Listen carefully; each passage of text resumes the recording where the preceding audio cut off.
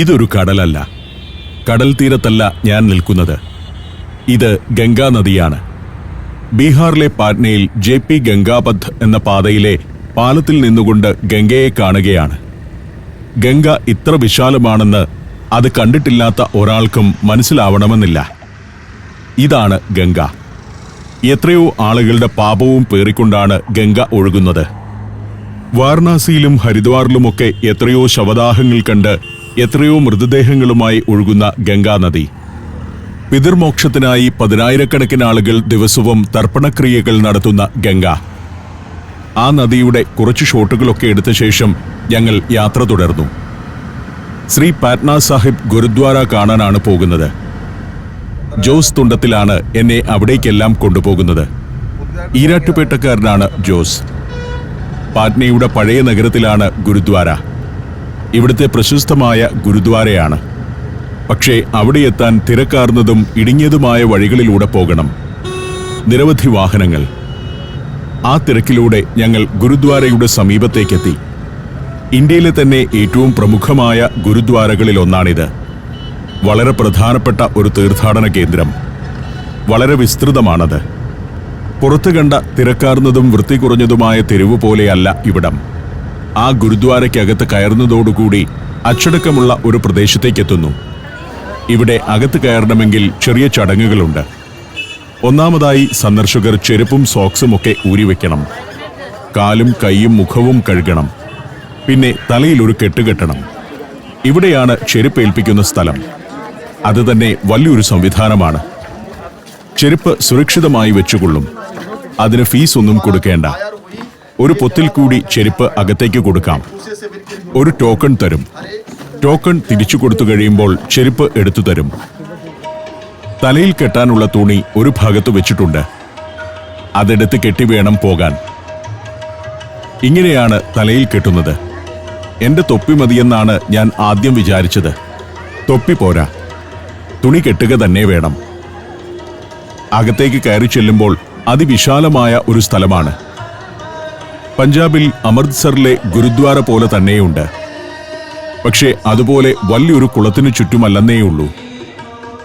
ചുറ്റും വലിയ കെട്ടിടങ്ങൾ, ഗംഭീരമായ ശൈലിയിൽ പണിത കെട്ടിടങ്ങളാണ്. ഈ കാണുന്നതാണ് പ്രധാന ഗുരുദ്വാര. അതിനു ചുറ്റും ഓഫീസ് കെട്ടിടങ്ങളൊക്കെയാണ്. സൗന്ദര്യത്തോടെയും വൃത്തിയോടെയും എല്ലായിടവും സംരക്ഷിക്കുന്നു. ഇന്ത്യയിൽ ഏറ്റവും സുന്ദരമായി സംരക്ഷിക്കുന്ന ആരാധനാലയങ്ങൾ സിഖുകാരുടെ ഗുരുദ്വാരകളാണെന്നാണ് എനിക്ക് തോന്നുന്നത്.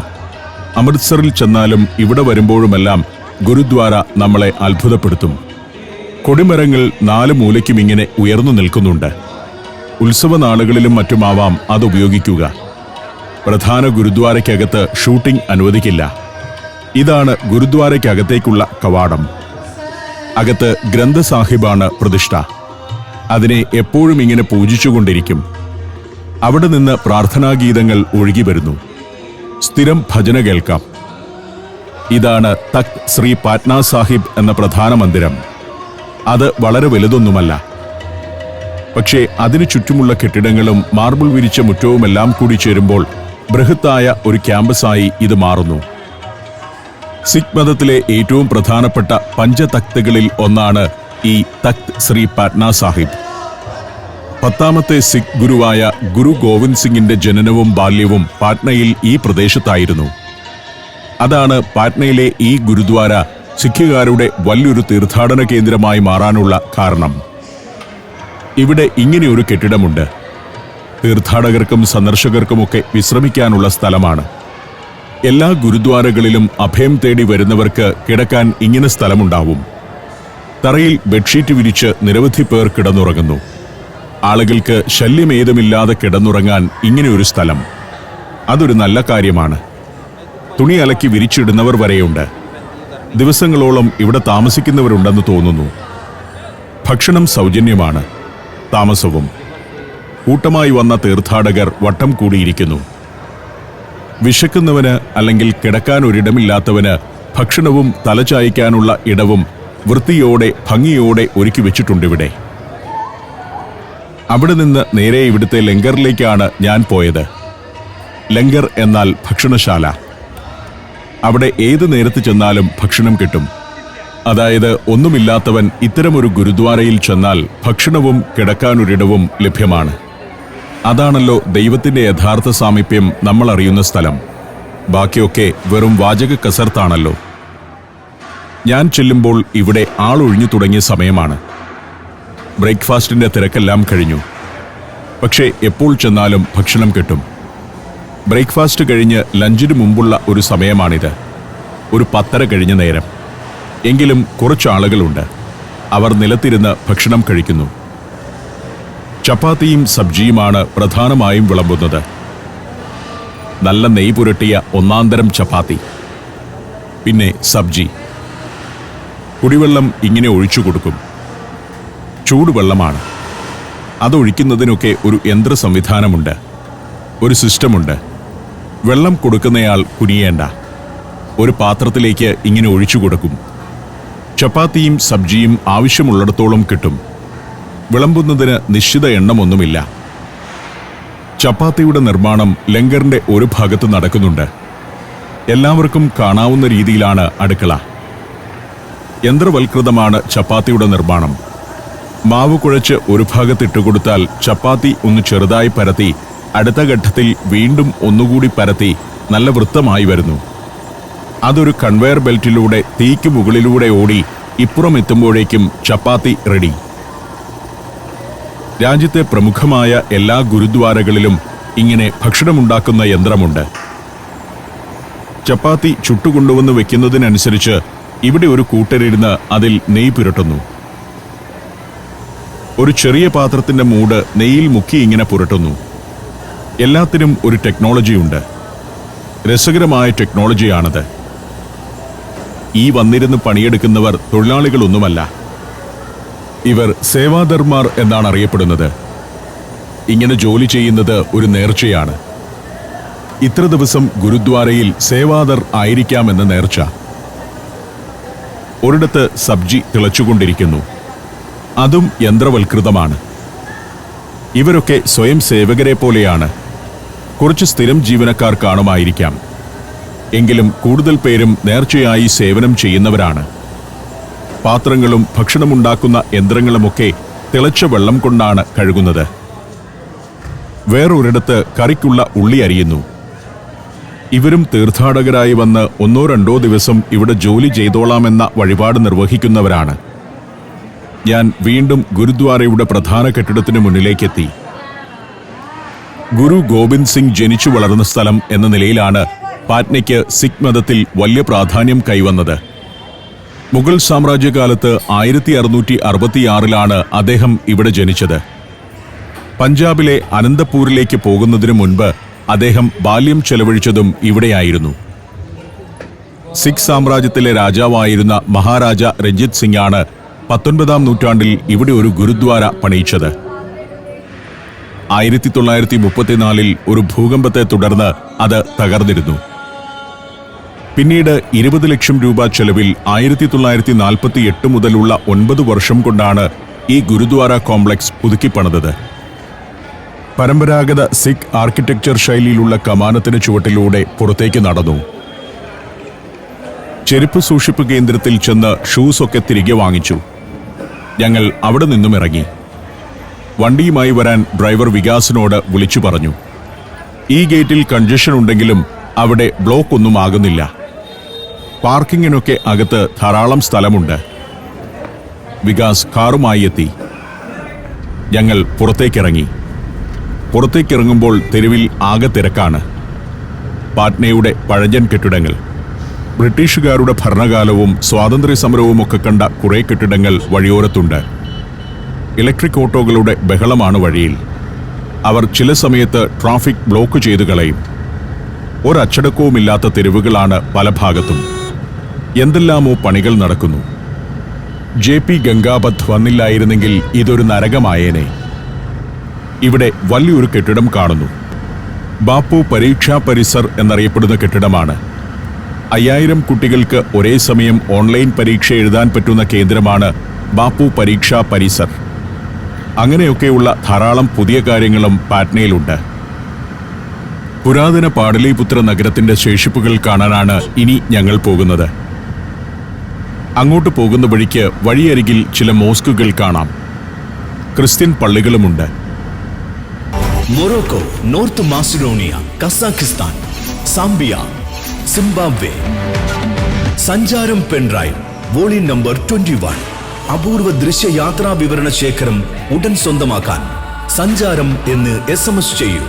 ഫോൺ 9995444222. കാർ കുംഹറാർ എന്ന സ്ഥലത്തേക്കെത്തി. ഇവിടെയായിരുന്നു അത്രേ പാടലിപുത്ര എന്ന പുരാതന നഗരത്തിന്റെ കേന്ദ്രസ്ഥാനം, മഗധ രാജ്യത്തിന്റെ തലസ്ഥാന നഗരം. അതിന്റെ അവശേഷിപ്പുകൾ പലതും ഈ മണ്ണിനടിയിലുണ്ട്. ഖനനം ചെയ്തെടുത്ത ശിലാഖണ്ഡങ്ങളും തൂണുകളും ഇവിടെ പ്രദർശിപ്പിച്ചിരിക്കുന്നു. 1912-15 വർഷങ്ങളിലും 1951-55 വർഷങ്ങളിലും ഇവിടെ നടത്തിയ ഉത്ഖനനങ്ങളിൽ 80 തൂണുകളുള്ള വലിയൊരു ഹാളിന്റെ അവശിഷ്ടങ്ങൾ കണ്ടെത്തിയിരുന്നു. ഇത്തരം തൂണുകളായിരുന്നു കണ്ടെത്തിയത്. രാജസഭയോ മറ്റോ ചേർന്നിരുന്ന സ്ഥലമാകാം അത്.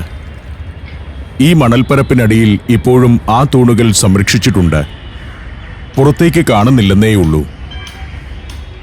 പുരാതന ഇന്ത്യയിലെ ഏറ്റവും ശക്തമായ മഗധയുടെ തലസ്ഥാനമായിരുന്ന പാടലിപുത്ര, മഗധയുടെ രാജാവായിരുന്ന അജാതശത്രുവാണ് BC 490-ൽ പാടലിപുത്ര നഗരം സ്ഥാപിച്ചത്.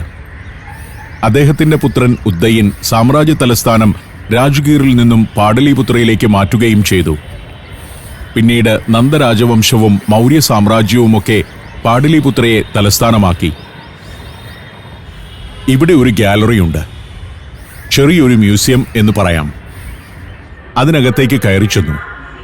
എയർ കണ്ടീഷൻ ചെയ്തിട്ടിരിക്കുന്ന മ്യൂസിയമാണ്. മഗധ എന്ന സാമ്രാജ്യത്തിന്റെ ചരിത്രവും പാടലിപുത്രയിൽ നിന്ന് കണ്ടെത്തിയ പുരാവസ്തുക്കൾ, അത് സംബന്ധിച്ചുള്ള വിവരങ്ങൾ എന്നിവയെല്ലാം ഇവിടെ പ്രദർശിപ്പിച്ചിട്ടുണ്ട്. വൃത്തിയായി സംരക്ഷിക്കുന്ന ഒരു മ്യൂസിയമാണ്. ഇത്രയും വിശാലമായിരുന്നു മഗധ സാമ്രാജ്യമെന്ന അറിവ് നമ്മളെ അത്ഭുതപ്പെടുത്തും. മൗര്യകാലത്താണ് ഇന്നത്തെ ഇന്ത്യയും പാകിസ്ഥാനും അഫ്ഗാനിസ്ഥാനും എല്ലാം അടങ്ങിയ വലിയൊരു സാമ്രാജ്യത്തിന്റെ തലസ്ഥാനമായി പാടലിപുത്ര മാറിയത്. ഗംഗ, സോൺ എന്നീ നദികളുടെ സംഗമസ്ഥാനത്തായിരുന്നു ഈ നഗരം. വിവിധ നാടുകളിൽ നിന്നുള്ള വണിക്കുകളും കലാകാരന്മാരും വാസ്തുശില്പികളുമെല്ലാം അക്കാലത്ത് പാടലിപുത്രയിൽ വന്ന് നിറഞ്ഞിരുന്നു. പാടലിപുത്രയുടെ ഉത്ഖനനത്തിന്റെ ചിത്രങ്ങളാണ് ഇതെല്ലാം. പാറ്റ്നയിലെ കുംഹറാറാണ് പഴയ പാടലിപുത്ര എന്ന് തിരിച്ചറിഞ്ഞതിനെ തുടർന്ന് 1913-ലാണ് ഈ ഉത്ഖനനം തുടങ്ങിയത്. അതിനു മുൻപ് 1895-ൽ തന്നെ LA വാഡൽ എന്ന സ്കോട്ടിഷ് പ്രൊഫസർ പാടലിപുത്ര കണ്ടെത്താനുള്ള ശ്രമങ്ങൾ തുടങ്ങിയിരുന്നു. നാണയങ്ങളും മുദ്രകളും ശില്പങ്ങളുമെല്ലാം ഇവിടെ നിന്ന് കണ്ടെടുത്തിട്ടുണ്ട്. പാടലിപുത്രത്തിന്റെ പഴയ പ്രദേശങ്ങളൊക്കെ ഇന്ന് വലിയൊരു മൈതാനം പോലെ കിടക്കുന്നു. വണ്ടിയിൽ കയറി JP ഗംഗാപഥിലൂടെയാണ് വീണ്ടും യാത്ര. ഒരു ഭാഗത്ത് പണി പൂർത്തിയായി വരുന്ന വലിയൊരു കെട്ടിട കോംപ്ലക്സ് കാണാം. അത് പാറ്റ്ന മെഡിക്കൽ കോളേജാണ്. പഴയ പാറ്റ്ന മെഡിക്കൽ കോളേജിന്റെ സ്ഥാനത്ത് ഇന്ന് നിരവധി കൂറ്റൻ കെട്ടിടങ്ങളുടെ പണി നടന്നുകൊണ്ടിരിക്കുന്നു. JP ഗംഗാപഥിന്റെ ഓരം ചേർന്ന് ഏതാണ്ട് 1 കിലോമീറ്ററോളം നീളത്തിൽ പാറ്റ്ന മെഡിക്കൽ കോളേജാണ്. ഇന്ത്യയിലെ തന്നെ ഏറ്റവും പ്രശസ്തമായ മെഡിക്കൽ കോളേജുകളിലൊന്നായിരുന്നു ഇത്. ഇപ്പോൾ അതിബൃഹത്തായ നിരവധി കെട്ടിടങ്ങൾ പണിതുകൊണ്ടിരിക്കുകയാണ്. നിലവിൽ മെഡിക്കൽ കോളേജ് ഹോസ്പിറ്റലിൽ 1748 ബെഡുകളാണ് ഉള്ളത്. അതിപ്പോൾ 5462 ബെഡുകളുള്ള ഹോസ്പിറ്റലായി അപ്ഗ്രേഡ് ചെയ്യുകയാണ്. ആ വെള്ള നിറത്തിലുള്ളതാണ് പഴയ മെഡിക്കൽ കോളേജ്. 2ഓ 3ഓ നിലയുണ്ടായിരുന്ന ആ കെട്ടിടം ഓരോന്നായി പൊളിച്ചുകളഞ്ഞ് അവിടെ കൂറ്റൻ മെഡിക്കൽ കോളേജിന്റെ നിർമ്മാണം നടന്നുകൊണ്ടിരിക്കുകയാണ്. അത് കഴിഞ്ഞു ചെല്ലുമ്പോൾ കളക്ടറേറ്റ് ആണ് കാണുന്നത്. ഈ വഴിയരികിൽ ഒരു കാഴ്ചയുണ്ട്. ചൂരൽ കൊണ്ട് അതിമനോഹരങ്ങളായ ഫർണിച്ചറുകൾ ഉണ്ടാക്കി വിൽക്കാൻ വെച്ചിരിക്കുന്നു. അതിഗംഭീരം, അപാര പെർഫെക്ഷൻ. ഇത് 2 വാങ്ങിച്ചുകൊണ്ട് പോയാലോ എന്ന് തോന്നും. നമ്മുടെ ചൂരൽ കസേരകൾ പോലെയല്ല, കുറെ കൂടി മികച്ച ക്രിയേറ്റീവ് വർക്ക്. ഏതോ ആദിവാസി ഗോത്രക്കാർ പണിതതായിരിക്കണം. വഴിയരികിലാണ് അവയെല്ലാം വിൽക്കാൻ വെച്ചിരിക്കുന്നത്. ഞങ്ങൾ ഇവിടുത്തെ റിവോൾവിംഗ് റെസ്റ്റോറന്റിൽ ഒന്ന് കയറാമെന്ന് തീരുമാനിച്ചു. അവിടെ നിന്നാൽ നഗരം ഒന്ന് വിശദമായി കാണുകയും ചെയ്യാമല്ലോ. പൈൻഡ് റിവോൾവിംഗ് റെസ്റ്റോറന്റ് എന്നാണ് അതിന്റെ പേര്. കെട്ടിടത്തിലേക്ക് പല എൻട്രൻസുകളുണ്ട്. അതിൽ പൈൻഡ് റിവോൾവിംഗ് റെസ്റ്റോറന്റിന്റെ പ്രധാന എൻട്രൻസ് ഇതാണ്. അവിടെ നിന്ന് ലിഫ്റ്റിൽ കയറി. ബിസ്കോമൺ ടവർ എന്ന ഈ കെട്ടിടത്തിന്റെ 16 മുതൽ 18 നിലകൾ വരെയാണ് റെസ്റ്റോറന്റ്. ഞങ്ങൾ 18ാം നിലയിൽ ചെന്നിറങ്ങി. തരക്കേടില്ലാത്ത നല്ലൊരു ഫെസിലിറ്റിയാണ്. ഭക്ഷണം കഴിക്കാനൊന്നുമല്ല ഞങ്ങൾ വന്നത്.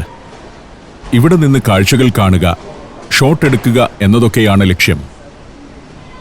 റെസ്റ്റോറന്റിന്റെ ഈ ഭാഗം ഇങ്ങനെ കറങ്ങിക്കൊണ്ടിരിക്കുന്നുണ്ട്. വളരെ സാവധാനമാണ് കറക്കം. ഒരിടത്തിരുന്ന് കുറച്ച് ഷോട്ടുകൾ എടുക്കാം. പിന്നെ വല്ല ജ്യൂസോ മറ്റോ കുടിച്ച് ഇറങ്ങാം. നഗരത്തെ ഇവിടെ നിന്ന് വിശദമായി ഒന്ന് കാണാം. നിരന്ന് പരന്നു കിടക്കുന്ന പാറ്റ്ന നഗരം. ഇവിടെ ജഡ്ജസ് ഹൗസ് എന്ന കെട്ടിടമാണ് ആ കാണുന്നത്. നഗരത്തിന്റെ കുറേ ഭാഗം വൃക്ഷനിബിഡമാണ്. ഇത് ഗാന്ധി മൈതാനമാണ്. ഗാന്ധി മൈതാനിൽ ഒത്തിരി ട്രേഡ് ഫെയറുകളും ഉത്സവങ്ങളും മറ്റു പരിപാടികളുമൊക്കെ നടക്കുന്നുണ്ട്. മൈതാനത്ത് കസേരകൾ നിറഞ്ഞിരിക്കുന്നതും കുറെ സ്റ്റാളുകൾ ഒരുക്കിയിരിക്കുന്നതും കാണാം. ബീഹാർ ഡേ ആഘോഷത്തിന്റെ ഭാഗമായി ഒരുക്കിയതാണ്. റൗണ്ട് അബൌട്ടുകൾ, തിരക്കുള്ള തെരുവുകൾ. ഞാൻ താമസിച്ച ഹോട്ടൽ അങ്ങേയറ്റത്ത് കാണാം. ഇത് സാമ്രാട്ട് അശോക ഇന്റർനാഷണൽ കൺവെൻഷൻ സെന്ററാണ്. 3 ഭാഗങ്ങളുണ്ടതിന്. ബാപ്പു സഭാഗർ ഓഡിറ്റോറിയമാണ് ഒന്ന്. അതിന്റെ അടുത്ത് തന്നെ ഗ്യാൻസ് ഭവൻ എന്ന ഓഡിറ്റോറിയം. സഭ്യാദ ദ്വാർ എന്ന ഗേറ്റാണ് 3ാമത്തെ ഭാഗം. ഗംഗയുടെ വിസ്തൃതമായ മണൽത്തിട്ടയാണ് ആ കാണുന്നത്. നഗരത്തിന്റെ ഒരതിര് ഗംഗയാണ്. ഇപ്പോൾ മണൽത്തിട്ടയാണെങ്കിലും മഴക്കാലത്ത് അവിടമൊക്കെ നിറഞ്ഞൊഴുകും. അപ്പോഴത് ഇവിടെ നിന്ന് കണ്ടാൽ കടൽ പോലെ ഉണ്ടാകും. ഇത് ഗോൾഘർ ആണ്, ബ്രിട്ടീഷുകാർ പണിത ധാന്യപ്പുര. ഒരു കുടം പോലെയാണ് ഗോൾഘറിന്റെ രൂപം. ഇതിവിടുത്തെ സിറ്റി സെന്റർ മാളാണ്. അതിനകത്ത് ഇനോക്സ് തിയേറ്ററും ഫുഡ് കോർട്ടും എന്റർടൈൻമെന്റ് സോണും റീറ്റെയിൽ ഷോപ്പുമെല്ലാം ഉണ്ട്. ഞങ്ങൾ ഓരോ മാംഗോ ഷേക്കും കുടിച്ച് അവിടെ നിന്നിറങ്ങി. നേരം 3 മണിയാകാറായി. കാറിൽ കയറി ഇനി ഞങ്ങൾ പോകുന്നത് ഇവിടുത്തെ സെക്രട്ടേറിയറ്റും അസംബ്ലി ഹാളും ഉള്ളിടത്തേക്കാണ്. അടൽ പഥ് എന്നാണ് ഈ റോഡിന്റെ പേര്. നഗരത്തിന് മധ്യത്തിലൂടെയുള്ള 6 വരി പാതയാണ് അടൽ പഥ്.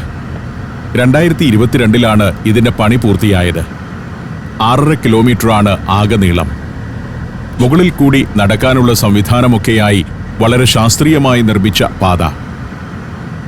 പാറ്റ്ന നഗരത്തിലെ ഗതാഗതക്കുരുക്ക് ഒഴിവാക്കുന്നതിൽ ഈ പാതയ്ക്ക് വലിയ പങ്കുണ്ട്.